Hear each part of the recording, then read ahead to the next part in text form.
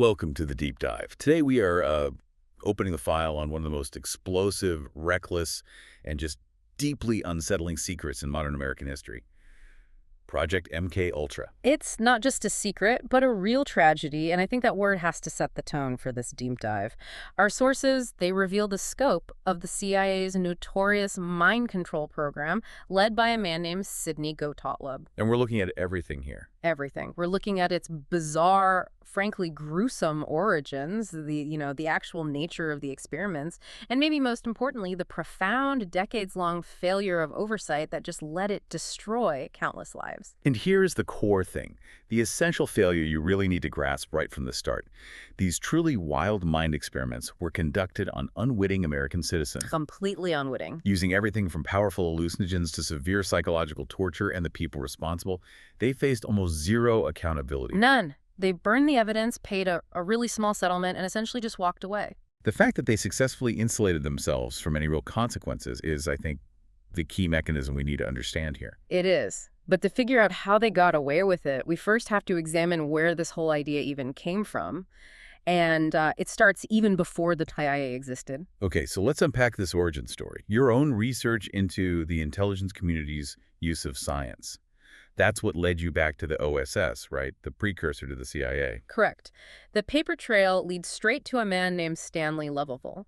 If Gotautle is the famous or infamous figure behind MK Ultra, Lovell was, well, he was his precursor in the OSS, the Office of Strategic Services, back during World War II. And he ran the Research and Development branch. He did, and its official nickname was the Dirty Tricks Department. A nickname that was absolutely earned. I mean, their job was pure invention. Creating ingenious disguises, forging documents, cooking up deadly weapons for agents in the field. But they weren't just focused on gadgets. No, not at all. They were obsessed with truth drugs. Before compounds like LSD were common, the OSS R&D branch was pioneering drug experimentation using THC acetate. So weaponized marijuana, essentially. That's a good way to put it. They would inject it into cigarettes for subjects to smoke. The goal was simple, lower inhibitions to gather information during an interrogation. And the institutional contradiction here is just, it's amazing. You have Harry Anslinger, the man single-handedly spearheading this national crusade against marijuana. The reefer madness guy. That guy. He's simultaneously one of the officials overseeing these very same THC dosing experiments during the war effort. That tension between what they say in public and what they do in secret, that is a pattern we are going to see over and over again in this deep dive. So what matters for our story is that when Gotautle was tasked with this huge, vague mission of figuring out mind control in the 1950s, he didn't just start from scratch. No, he went directly into the old OSS files and used Lovell's notes as his foundational blueprint. So the strange early experiments of the Dirty Tricks Department became the starting point for Gotautle's decades-long program, which, it eventually broke down into 149 sub-projects. Exactly. Outsourced to research facilities all across North America. And while the public focus was often on developing a perfect truth serum, the real motivation was much broader. They were also heavily interested in chemical warfare. Specifically creating incapacitants for use in combat. Yes. They had this chilling, paradoxical vision of a war without death. The idea that you could just take out an entire enemy army by making them temporarily insane or unable to function. This led to some truly strange planning, particularly when the CIA focused their efforts on Fidel Castro. Ah, the Castro plots. They're famous, but what's so fascinating is how bizarre and non-lethal the initial proposals were. It was all about discrediting him, not killing him. We all know the famous assassination attempts, like the explosive packed seashell he was supposed to pick up while scuba diving. Or the poison wetsuit. Right. But the psychological warfare ideas, they're so much more illustrative of that MK Ultra mindset. Absolutely. I mean, think about the LSD cigar idea. That's a real thing. A real plot. Slip acid into his cigars right before a major televised speech. The hope was that he'd start hallucinating, look completely insane, and the entire Cuban population would just instantly lose faith in him. They were trying to weaponize cognitive breakdown in front of a live audience. Incredible, But then there's the bizarre focus on his beard. Yes, the beard.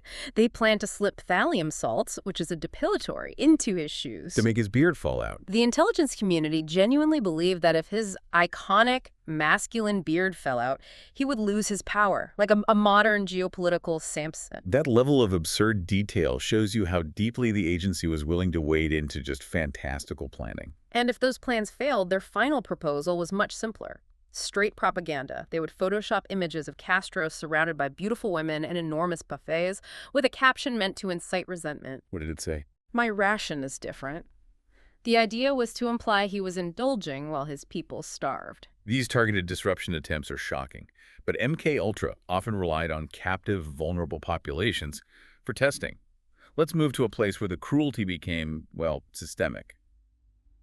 The Lexington Narcotic Farm, run by Harris Isbell. This was supposed to be a federal facility where prisoners with addiction could get help. Instead, the CIA set up a testing ground there. Isbell was testing virtually every drug Gotautle sent him, LSD, psilocybin, and yes, even heroin on people desperately trying to recover. The irony is it's so deeply disturbing. These are individuals seeking recovery, only to be used as guinea pigs. And sometimes, the very addiction they were trying to escape was the reward for participating. That's the mechanism of exploitation right there. Participating in the trials, prisoners were given a choice. Either a positive letter for the parole board and a little cash. Or they could go to what was literally called the drug bank window and receive a needle full of heroin. The addiction itself was seen as a tool, to gain leverage in future interrogations. It's fascinating, too, that the sources remind us, historically, heroin was originally developed by Bayer in the late 19th century and marketed as a non-addictive alternative to morphine. These cycles of chemical exploitation and false promises, they just never seem to end. They really don't. And if the narcotic farm represents exploitation of a captive population, the next subproject we have to talk about represents outright psychological criminality against the public. This brings us to Operation Midnight Climax, one of the most cynical and reckless subprojects run by George White. And this man, White, he was a former Bureau of Narcotics officer, and Gotautle specifically hired him because he'd worked on those early OSS THC experiments. So what was his operation? It was stunningly simple and illegal. The CIA funded a brothel complete with two-way mirrors and recording equipment. White would dose unsuspecting men known as Johns, just ordinary citizens getting off work, slipping high doses of LSD into their drinks and recording what happened. And White didn't even bother hiding his motivations. His diary entry, sent as a letter to Gotautle, is one of the most chilling pieces of evidence from the entire program. It is. He wrote, and I'm quoting here, "Where else could a red-blooded American boy lie, cheat, steal, rape, and pillage with the sanction and blessing of the All-Highest?" He felt he'd been given a license to be a criminal. In the name of patriotism. This sentiment perfectly illustrates that mechanism of rationalization we need to get into later.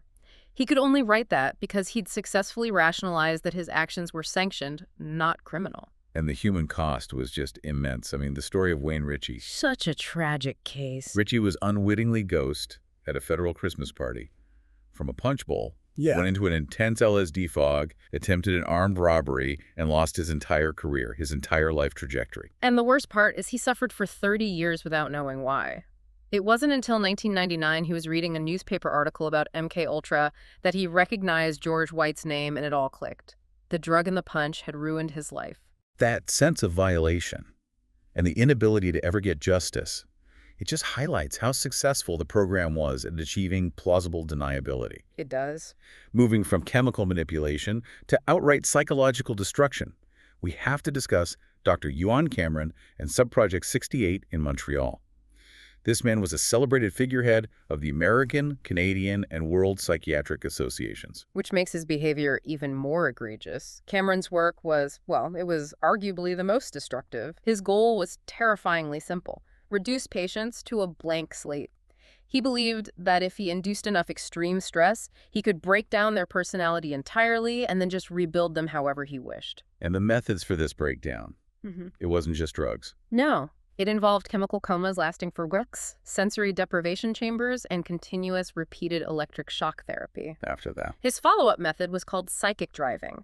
Patients, sometimes restrained, were forced to wear headphones and listen to looping, highly negative messages, sometimes things they had confessed in therapy thousands and thousands of times. To completely break their sense of self. Exactly. And then they'd follow it with positive tapes to try and rebuild them. It's systematic psychological torture masked as therapy. The story of Mary Morrow is essential here. Yes. She was a former trainee of Cameron's who became his patient. She knew that consent forms were legally required for electric shock, but during the time she'd been away, they had secretly stopped requiring them. She was subjected to the treatments and emerged. Well, incontinent, babbling, and effectively reduced to an infantile state.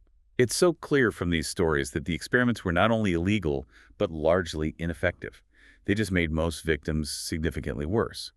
So how did the CIA escape the consequences when people began to fight back? When victims and their families started filing lawsuits, the CIA's strategy was to settle quickly. They paid out $750,000 split among the plaintiffs, specifically to avoid a public trial that would have exposed the full scope of the program. But the truth did get out, not because of some official investigation, but entirely by accident. This, to me, is one of the most incredible details in the whole story. It speaks volumes about the level of secrecy. The CIA director, Richard Helms and Gotautle, had illegally ordered virtually all the MKUltra files to be incinerated when Gotautle retired. But thousands of documents survived. They did, because an archivist named Frank Langer, who was just trying to clear out old boxes, found them and sent them to the CIA Record Center before the burn order was fully executed. He saved history. Those were the documents later released through the Freedom of Information Act. And when lawyers finally questioned Gotautle about destroying the records, his excuse kept changing. At first, he tried to claim the CIA was drowning in paper, an administrative thing. But under pressure, he finally admitted to the interrogating lawyer that he was just embarrassed by it. Embarrassment, leading to an illegal cover-up. That fear of exposure is what drives this vicious cycle of secrecy that you've identified. Precisely. Secrecy creates plausible deniability, which emboldens people to engage in reckless behavior, which then generates tremendous embarrassment when it's exposed, which leads to demands for more secrecy to cover it all up. The cycle just perpetuates itself. And the internal checks completely failed. The CIA's own Inspector General, John Ehrman, called MKUltra illegal and unethical way back in 1963, yet it kept going for years. The structure of accountability just collapsed. Why? Because individuals inside the system prioritized their own careers over reporting abuses. Another IG, Lyman Kirkpatrick, confessed that officials were, quote, worried about bringing up anything that could cause me to lose my job. So if the people tasked with oversight are afraid of being fired, the system is fundamentally broken. It's broken. If we connect this back to the sheer psychological absurdity of some of this intelligence work, we can see how this rationalization takes hold. You mentioned something in your notes called Operation Fantasia. Operation Fantasia. Yes. Another gem from the OSS era that just shows the absurdity of unchecked intelligence creativity. This was a plan to demoralize Japanese soldiers by taking live foxes, painting them with glowing radioactive paint. Glowing radioactive foxes. And dropping them over Japan. I have no words.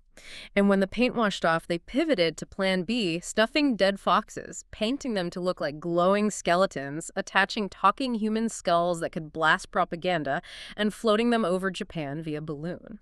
The ability of a bureaucracy to even conceive of that speaks volumes about an environment where rational thought takes a backseat to wild ambition. And that absurdity relates directly to how humans process conflicting information. We see this in psychology experiments, like with the Seekers cult, who predicted the world would end on a specific date. Right, and when the world didn't end.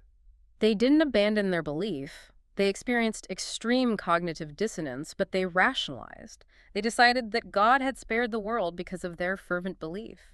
The evidence against their theory became the evidence for their righteousness. And this capacity for rationalization isn't just in cults. It's a core element of human psychology.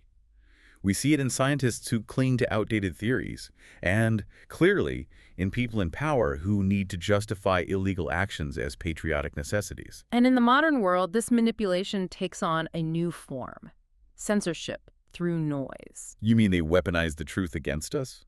Using real abuses to smuggle in fake ones, making it impossible to trust any source. Exactly. Propaganda efforts, like the Soviet newspaper, The Patriot, perfected this. They would embed a devastating lie, Like the false claim that AIDS was created in a government lab between a series of known, credible, documented truths. Such as the fact the CIA dosed people with drugs under MKUltra, or the military distributed germs over American cities to study air currents. By attaching the ridiculous claims to the credible facts, they just muddy the water. They create so much noise that the average person gives up trying to figure out what's true. And that erodes public trust in all information. Which makes it easier for those seeking secrecy and control to keep operating. So this deep dive into MKUltra, then, it isn't just a historical footnote about government abuse. It's a necessary look at these fundamental flaws in human psychology: the craving for control, the ability to rationalize evil, and the absolute necessity of accountability, all still profoundly relevant today. The core tension between security and liberty, it remains the same. The need for public vigilance is why we want to leave you with this final thought from the journalist Daniel Shore. He said, "Dread the day when the press sings nothing but the praises of those in power and Congress says there are no abuses to investigate." What secret abuses continue when the press or our oversight mechanisms are silent? That's the question you have to keep asking. Thank you for joining us on the deep dive.